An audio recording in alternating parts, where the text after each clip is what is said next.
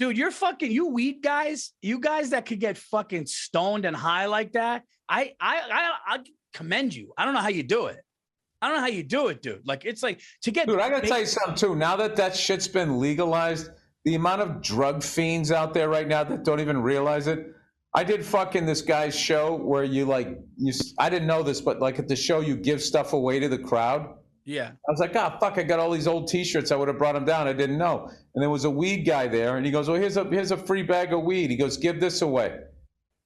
So at the end of my set, I go, all right, I got a free bag of weed. Dude, it was like, people fucking clamoring.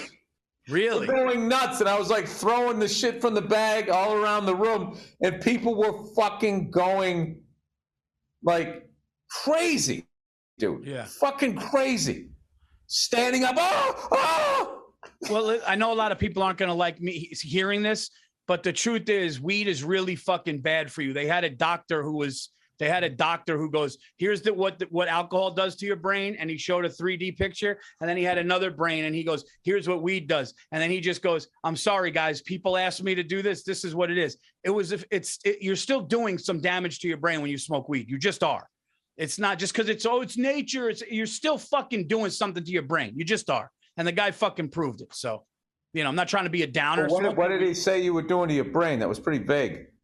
He basically had pictures of 3 brains and 3 different drugs. And I think one was either, I don't know, one was alcohol, one was marijuana, and I don't know what the other one was. And he showed pictures in a 3D thing with like dye. And there was like all this blue and white shit on the alcohol one. And then the same blue and white shit was on the weed one and the same thing. And he goes, hey, this is Dr. So-and-so at university. Somebody wanted me to do this. He goes, and then he finished and he goes, I'm sorry, guys. This is, they want me to say to you, one is better than the other or one doesn't hurt. He goes, this is kind of what it does to your brain. And he goes, sorry. And it was just like, yeah. And he's like, I know some people aren't going to like this, but it has an effect. The idea that it does nothing because it's not everything that you take that alters your fucking thought process and mind and your body does something to you that's not good. Period. I don't mean to be the drug downer here. It's the same with sugar though, or caffeine. Look at Andrew. I love Andrew. Just had to jump. Andrew had to because I've seen this stuff. But you're right. No, because I've seen this stuff before, and it's like, yeah, like while you eat 3 pieces of cake, something happens to your brain. While you get high, something happens to your brain. While you drink, something happens to your brain. And they never actually tell you, listen, there's reasons why you should take breaks, your biomarkers, there's stuff like that. But like that whole like your brain, it's like depends on the person, right? Because it depends on the person. I know people who smoke and they get to the couch 10 in the morning, and there's other people who go and they do, their whole thing. So I'm not saying that that's bullshit. I'm saying maybe it's bullshit. Hey, but don't you think there's a part of you, because you love weed so much, that you're going to be looking for like the loophole? This is like during the COVID thing where people were going, I don't want to fucking wear a mask, so I'm just going to listen to information that says like a mask doesn't work. I saw this one guy, he had written on his truck, which is really funny to be reading medical advice on the side of a pickup truck, where it says, thinking that a mask stops COVID is like thinking your underpants stops a fart, sorry. And this guy writes, a virus is a solid that travels through water because fart is a gas. They're 2 completely different things. And here's the thing, I'm not going to sit there and act like I knew that.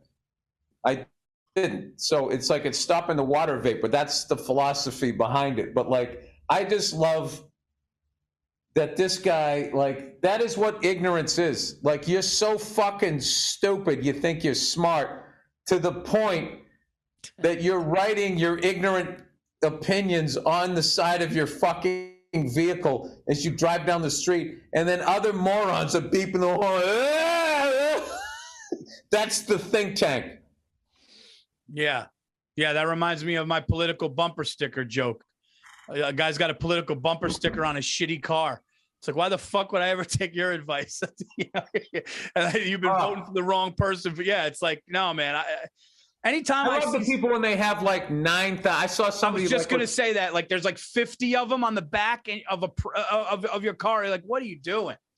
The 2 people, the Prius driver with all the liberal shit, and then the guy with the big pickup truck lifted with the giant American flag. It's just like, ugh, that's a long evening. Pick your poison. Yeah. Yeah, it's so true, man. Because either of those people can't be spoken to. You just can't. They're going to talk at you the whole night, and if the only way that they're going to like you is if you agree with the way they see things. That's the psycho left and the psycho right. Oh, the two things I was going to say. So I saw American Buffalo, and then I saw Jerrod Carmichael's new special, dude, which I'm telling you, dude, I can't remember I saw like a special like that. Like, I'm trying to remember the last time, dude, and I'm going back decades. It was fucking riveting. It was incredible, dude. And Bo Burnham, the way it was shot, the final shot of that, the way I don't want to ruin it, whatever. It's just fucking, I mean, like, dude, I'm a comedian. I don't watch stand-up specials. I don't either. So we were flipping through. I came like 20 minutes in. I got to see the beginning of it because I heard the beginning's great too. But I was like, I don't know. I was like, 15, 20 minutes. It was like, I was locked in.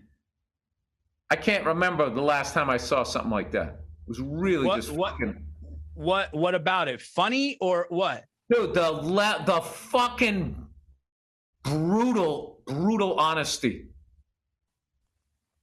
I don't know if I've ever seen anything that brutally honest. Because there was, enough is brutally honest. It was still like a surface, keeping it to a certain level of doing like stand-up. This thing was sort of I don't know. It's a different thing. Like a John Leguizamo type one-man show type thing? No. This is just a different thing. Different fucking thing. Because John Leguizamo's things were like characters being funny. I would say that was like when I first saw Whoopi.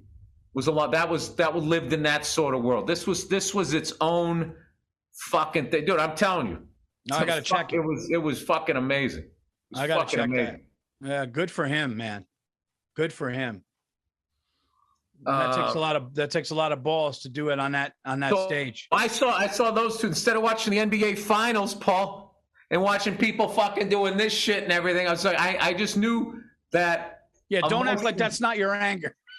Huh? That's also your sports anger there.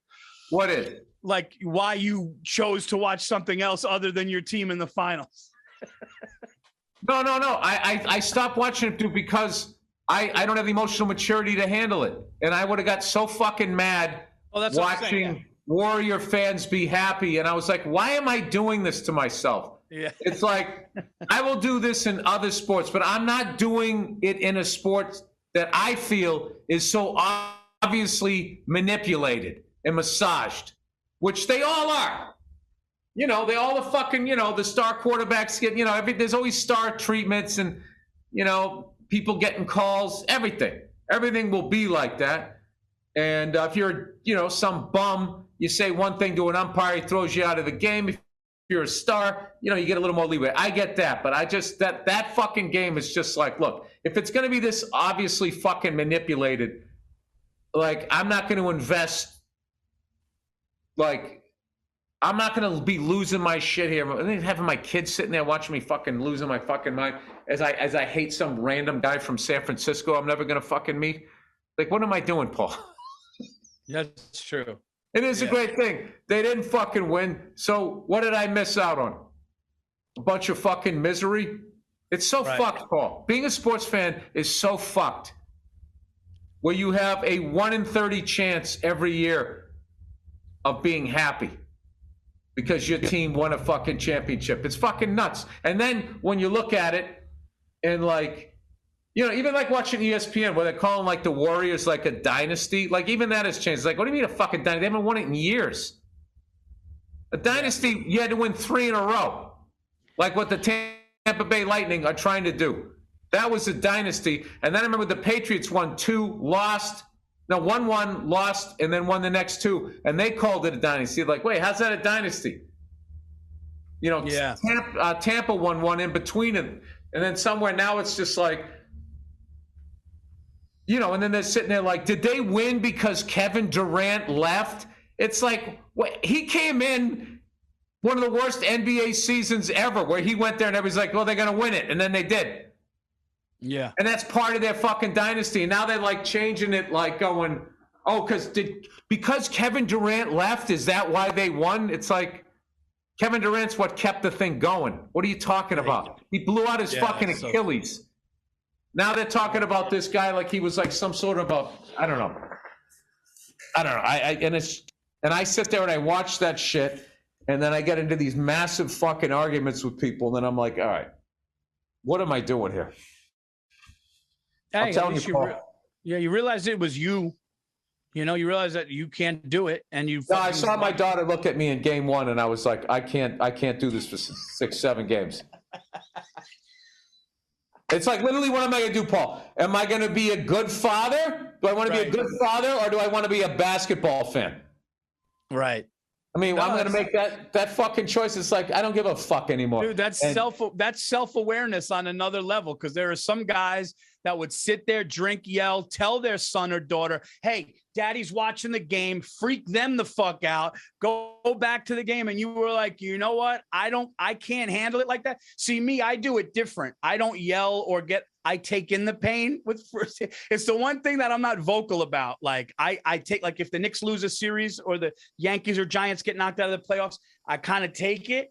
And then I kind of walk away, and it's probably better to be like you, because at least you lay it on the table there, where it's like, I just kind of. No, it's better to be like you.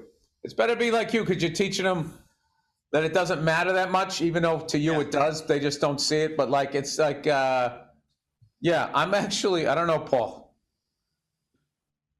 Like I could literally, I could walk away from this shit.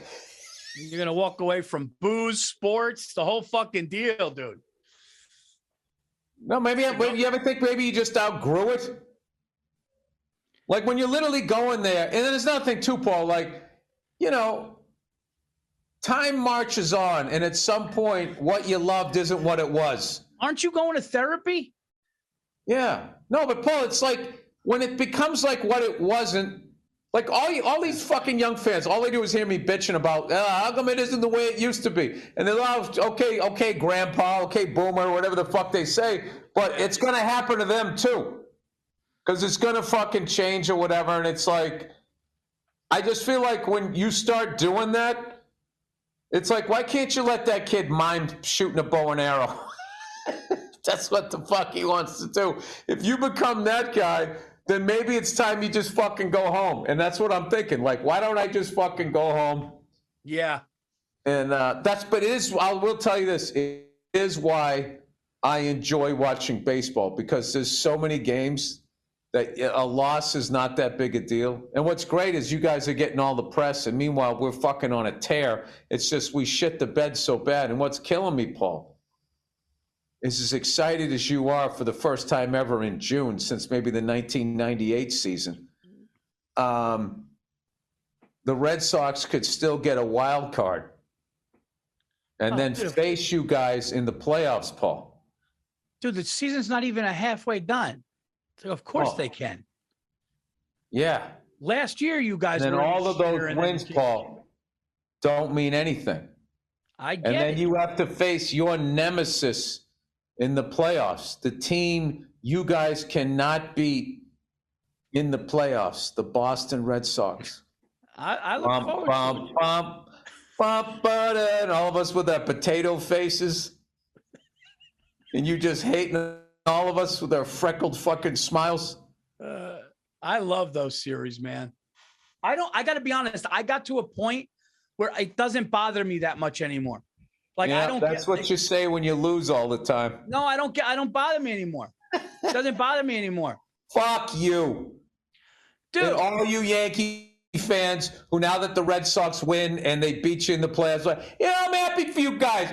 I don't care. Get to the cunt here before all that. 1918, go fuck yourself, you Irish prick. All of that shit you guys used to say. Go fuck yourself with your happy-go-lucky horse shit. Including dead Regis Philbin, who did the same thing. It's over. You know, you guys won. What's the big deal? Is that what he Fucking said? babies. You guys are babies, man. You fucking you guys been big babies about this whole fucking thing. With your fucking, hey man, I'm happy for you. Or the worst, well, we got 27. That shit. I never said either of those things. I never said either of those things. I don't buy it, Paul. I said you guys fucking killed us, and it was the worst way. You were smart enough to say that to me, but I know when you peel off and you get with your pinstripe friends and you look around and it's all safe. We all know what you say. You go like that. We got oh man. When the Giants lose a playoff game now, I'm just we don't go, but I'm just like, I think what happens too when you're a sports fan that's been in it for a while, you kind of know the team you got and you know the team that should have won, you know? And sometimes you get lucky. Like that's the beautiful thing about Eli was we're like, can he go into fucking Green Bay and the NFC Championship and win? And then he would, and you were like, oh my God, this is nuts. I'll be honest with you though, dude. I just enjoy watching. I'll tell you what, I might watch the Avalanche and fucking Tampa Bay Lightning just because when I took that edible and I watched the Rangers, I just love watching. You killed me. I was just going to do your wife's line and go, Paul, did you take an edible? You going to watch hockey? Dude, watching hockey relaxed in the playoffs is incredible. So I might even watch that. But like, I think I'm going to enjoy watching. That's all.